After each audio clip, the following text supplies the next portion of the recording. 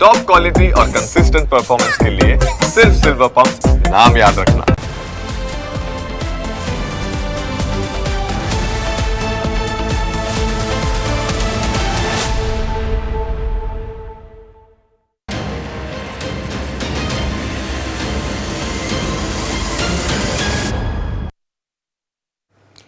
વાત કરવી છે આજે જામનગરના એક એવા મર્ડર કેસની જેની હકીકત સાંભળીને તમારા રૂવાડા ઊભા થઈ જશે। એક સામાન્ય લાગતી યુવતી પ્રેમ લગ્ન કરે છે, સંતાનો થાય છે, પછી એક દિવસ યુવતી પોતાના જ પતિનું કાસળ કાઢી નાખે છે।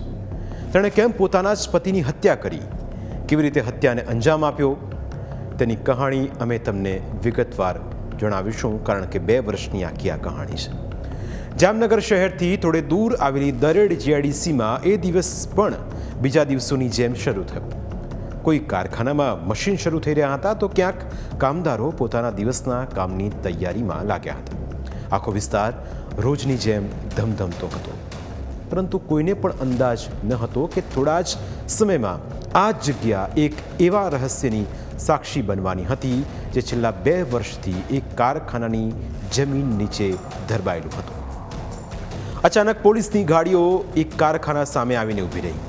વાહનોમાંથી પોલીસકર્મીઓ ઉતર્યા, તેમની સાથે કેટલાક કામદારો પણ હતા જેમના હાથમાં ત્રિકમ, પાવડા, તગારા અને ડ્રિલિંગ મશીન જેવા સાધનો હતા।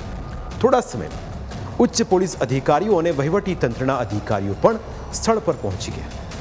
કારખાનાની બહાર ઊભેલા લોકો એકબીજાના ચહેરા જોતા હતા। દરેકના મનમાં એક જ પ્રશ્ન હતો, આખરે અહીં એવું શું દટાયેલું છે જેના માટે આટલી મોટી કાર્યવાહી થઈ રહી છે। પોલીસની હાજરીમાં કામદારોએ કારખાનાની અંદર એક ચોક્કસ જગ્યાએ ખોદકામ શરૂ કર્યું। 1 ફૂટ 2 ફૂટ નહીં પણ 8 થી 10 ફૂટનો ખાડો કર્યો, પણ પોલીસને કંઈ હાથ ન લાગ્યું।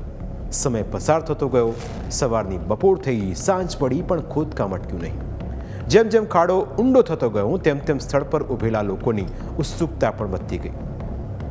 પોલીસ કોઈને નજીક આવવા દેતી ન હતી। દરેક અધિકારીના ચહેરા પર ગંભીરતા સ્પષ્ટ દેખાતી હતી, જાણે તેઓ કોઈ એક એવી વસ્તુની રાહ જોઈ રહ્યા છે જે આખા કેસની દિશા બદલી નાખવાની હતી। અચાનક ખાડાની અંદરથી દુર્ગંધ આવવા લાગી। કામદારો હવે વધુ સતર્ક બન્યા। તેમણે ધીમે ધીમે માટી હટાવવાનું શરૂ કર્યું। તે સમયે કામદારના હાથમાં કોઈ કઠણ વસ્તુ લાગી। તેના ઉપરથી માટી દૂર કરી અને પછી જોવા મળ્યું માનવ કંકાલ। આ માનવ કંકાલ હતું 2 વર્ષથી ગુમ થયેલા જિગ્નેશ માવદિયાનું। 2 વર્ષથી ગુમ રહેલા જિગ્નેશ માવદિયાના અવશેષ આખરે જમીનની નીચેથી બહાર આવી રહ્યા હતા। એક એવી વ્યક્તિ જેના વિશે તેના પરિવારને સતત કહેવામાં આવતું હતું કે તે ઓસ્ટ્રેલિયામાં છે, પરંતુ સત્ય કંઈક અલગ જ હતું। જિગ્નેશ ક્યારે ઓસ્ટ્રેલિયા ગયો જ ન હતો, તે તો છેલ્લા 2 વર્ષથી આ જ કારખાનાની અંદર 12 ફૂટ ઊંડે માટીની નીચે દટાયેલો હતો। આ કંકાલ માત્ર એક મૃતદેહ ન હતો, તે 2 વર્ષ સુધી જીવાયેલા એક મોટા જુઠ્ઠાણાનો સૌથી મોટો પુરાવો હતો। પરંતુ સવાલ એ હતો કે જિગ્નેશ અહીં સુધી કેવી રીતે પહોંચ્યો? કોણ હતું જે તેની જિંદગીનો દુશ્મન બન્યું, અને શા માટે આખા પરિવારને 2 વર્ષ સુધી અંધારામાં રાખવામાં આવ્યું? આ પ્રશ્નોના જવાબ માટે હવે સમયનું ચક્ર 2 વર્ષ પાછળ ફેરવવું પડશે।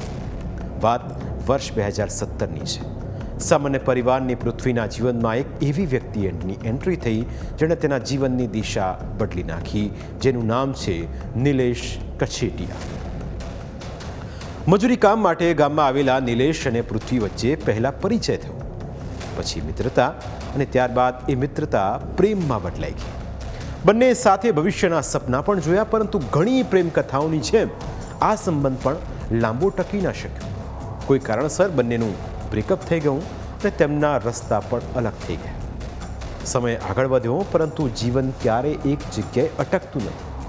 થોડા સમય બાદ પૃથ્વીના જીવનમાં જિગ્નેશ માવદિયાની એન્ટ્રી થઈ। મિસ્ત્રી તરીકે કામ કરતો જિગ્નેશ સ્વભાવે મિલનસાર હતો। બંને વચ્ચે ઓળખાણ વધી, મુલાકાતો વધવા લાગી અને થોડા જ સમયમાં આ સંબંધ પ્રેમમાં પરિણમ્યો। પ્રેમ એટલો ગાઢ બન્યો કે ડિસેમ્બર 2019માં તેઓએ પ્રેમ લગ્ન કર્યા। લગ્ન બાદ દંપતી દ્વારકા રહેવા ગયું, પણ ત્યાં થોડા સમય રહ્યા પછી તેઓ પોરબંદરના રાણાવાવ રહ્યા ગયા। આ સમયગાળા દરમિયાન તેમને સંતાનોમાં એક દીકરી પણ થઈ। ત્યારબાદ આર્થિક સંકળામણના કારણે હર્યું ભર્યું જીવન બદલાવા લાગ્યું. પૃથ્વી અને જિગ્નેશ વચ્ચે ઝઘડા થવા લાગ્યા. આ ઝઘડા એટલી હદ સુધી વધ્યા કે પૃથ્વી હવે કોઈ પણ રીતે જિગ્નેશથી છુટકારો મેળવવા માંગતી હતી. પરંતુ તેણે કાયદામાં રહીને ફાયદાનો રસ્તો વિચારવાના બદલે કાયદો જ હાથમાં લેવાનું કામ કર્યું. પોલીસના દાવા પ્રમાણે યુવતીએ પોતાના જૂના પ્રેમી નિલેશનો સંપર્ક કર્યો. વર્ષો પહેલાનો પ્રેમ ફરી જાગ્યો. જિગ્નેશ પોતાના જીવનમાં સેટ હતો, પણ જૂની ગર્લફ્રેન્ડનો કોલ આવતા જ તે પીગળી ગયો. પૃથ્વીએ પહેલાં તો નિલેશને પોતાના વિશ્વાસમાં લીધો, ત્યારબાદ જિગ્નેશને રસ્તામાંથી કેવી રીતે દૂર કરવો તેની વાત કરી. આખરે બંને એક પ્લાન બનાવ્યો અને પ્લાન પ્રમાણે જ પૃથ્વી પોતાના પતિ જિગ્નેશને જામનગર લઈ ગઈ. જિગ્નેશનું મૂળ વતન જામનગર હોવાથી તે તૈયાર થઈ ગયો. પૂર્વ આયોજિત કાવતરા પ્રમાણે જ નિલેશે કોઈ રીતે જિગ્નેશ સાથે દોસ્તી કરી, જેમાં નિલેશે જિગ્નેશને ધંધો શરૂ કરવાનો પ્લાન જણાવ્યો અને દરેડમાં શિવમ પાર્ક વિસ્તારમાં એક કારખાનું ભાડે લીધું. નિલેશે જિગ્નેશને પોતાનો પાક્કો મિત્ર બનાવ્યો. નિલેશની સાથે તેનો મિત્ર બલવીર બનવા પણ હતો. ત્રણેય એકબીજાના મિત્ર બની ચૂક્યા હતા, પરંતુ જિગ્નેશને ખ્યાલ ન હતો કે આ મિત્રતા પાછળનો એક મોટો ખેલ ખેલાઈ રહ્યો છે. વાત હવે આગળ વધી. ભાડે લીધેલા કારખાનામાં મશીનરીનું ઇન્સ્ટોલેશન કરવાનું કહીને 12 થી 13 ફૂટ ઊંડો ખાડો ખોદવામાં આવ્યો. જિગ્નેશને પણ એમ જ હતું કે આ ખાડો મશીનરી માટે ખોદવામાં આવ્યો છે. આ દરમિયાન 31 મી 2024ની રાત આવી. નિલેશે જિગ્નેશને દારૂની પાર્ટીના બહાને ત્યાં બોલાવ્યો. દારૂ પાર્ટીમાં 3 લોકો જ હાજર હતા: બલવીર, નિલેશ અને જિગ્નેશ. ત્રણેય દારૂ પાર્ટીની શરૂઆત કરી. એકબીજાને ચીયર્સ કરીને દારૂના ઘૂંટડા ભર્યા. નિલેશ અને બલવીર માટે તો આ દારૂના જ ઘૂંટડા હતા, પણ જિગ્નેશ માટે ઝેરના ઘૂંટડા હતા, કારણ કે તેના દારૂમાં સાયનાઇડ ભેળવવામાં આવેલું હતું. એ સાયનાઇડ ક્યાંથી આવ્યું એ પોલીસ એ દિશામાં હજુ તપાસ કરી રહી છે, પણ આ પીધા પછી જ તે જિગ્નેશ ઢળી પડ્યો. નિલેશ અને બલવીરે એકબીજાની સામે જોયું. ઉનાળાની ગરમી, ઉપરથી પીધેલો દારૂ અને એમાં એક મર્ડર, આ 3 કારણોથી બંને પરસેવે રેબઝેબ હતા. બંને મળીને જિગ્નેશના મૃતદેહને ઊંડા ખાડામાં ફેંક્યો. ત્યારબાદ માટી નાખીને ખાડો પૂરી દેવાયો અને ઉપર પ્લાસ્ટર કરી દેવામાં આવ્યું. આ પ્લાસ્ટર પણ તેઓએ જાતે જ કર્યાનું જાણવા મળ્યું છે. અત્યાર સુધી જે થયું તે પૃથ્વીના પ્લાન પ્રમાણે જ હતું. હવે નિલેશે કારખાનાના માલિકનો સંપર્ક કર્યો અને કહી દીધું કે મેં બિઝનેસ કરવાનું માંડી વાળ્યું છે, જેથી કારખાનું ખાલી કરે. આ રીતે તેણે કારખાનાના માલિકને ચાવી સોંપી દીધી. બીજી તરફ પરિવારથી દૂર રહેતા જિગ્નેશ સાથે વાત કરવા તેવો પરિવાર આતુર હતો, પરંતુ જિગ્નેશનો પરિવાર જ્યારે પણ પૃથ્વીનો સંપર્ક કરતો ત્યારે પૃથ્વી કહેતી કે જિગ્નેશ કમાવા માટે ઓસ્ટ્રેલિયા ગયો છે અને તે તમારા કોઈનો પણ સંપર્ક કરવા માગતો નથી.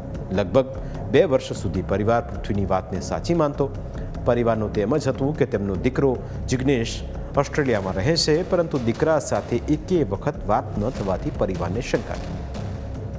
આખરે જિગ્નેશના કૌટુંબિક ભાઈએ એક દિવસ પૃથ્વીને કોલ કર્યો અને કહ્યું કે હું ઓસ્ટ્રેલિયા જવાનો હોવાથી જિગ્નેશને મળવા માગું છું. મને સરનામું આપો અથવા તેનો નંબર આપો. પરંતુ પૃથ્વીએ ના પાડતા જ પરિવારની શંકા ઊભી થઈ. પરિવારે પોલીસ મથકે તેના ગુમ થયાની ફરિયાદ નોંધાવી. પોલીસની તપાસમાં પૃથ્વીનો ભાંડો ફૂટી ગયો અને પોતાની ભૂલ કબૂલી લીધી. પોલીસ તપાસ આગળ વધતા અનેક મહત્વના પુરાવા મળ્યા. દરેડ જીઆઈડીસીના શિવમ પાર્કમાં આવેલા કારખાનામાં ખોદકામ કરાયું. લગભગ 10 થી 12 કલાકની જહેમત બાદ 12 થી 13 ફૂટ ઊંડા ખાડામાંથી માનવ કંકાલ મળી આવ્યું. ત્યારબાદ તેને ફોરેન્સિક તપાસ માટે મોકલવામાં આવ્યું અને આ કેસમાં પોલીસે મૃતકની પત્ની પૃથ્વી ઉર્ફે ભૂમિ, તેના પૂર્વ પ્રેમી નિલેશ કછેટિયા અને તેના મિત્ર બલવીર બનવાની ધરપકડ કરી. ત્રણેયને કોર્ટમાં રજૂ કરીને 7 દિવસના રિમાન્ડની પોલીસ દ્વારા માંગણી કરાઈ, જો કે કોર્ટે 4 દિવસના રિમાન્ડ મંજૂર કર્યા. રિમાન્ડ દરમિયાન જે માહિતીઓ મળી છે તે મુજબ મરજનારની પત્ની છે પૃથ્વી અને એમનો એક એક્સ પ્રેમી છે નિલેશ કાછટિયા.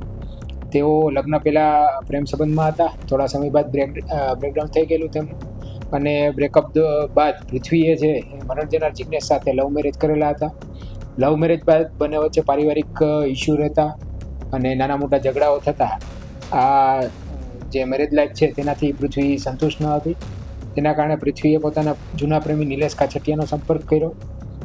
નિલેશ કાછટિયા અને પૃથ્વી વચ્ચે પૂર્વ આયોજિત કાવતરું ઘડેલું હતું. તે મુજબ જ નિલેશ કાછટિયાના કહેવાથી પૃથ્વી છે એ મરણ જનારને જામનગર લઈ આવે અને નિલેશ કાછટિયા સાથે અમુક બિઝનેસ કરેલ.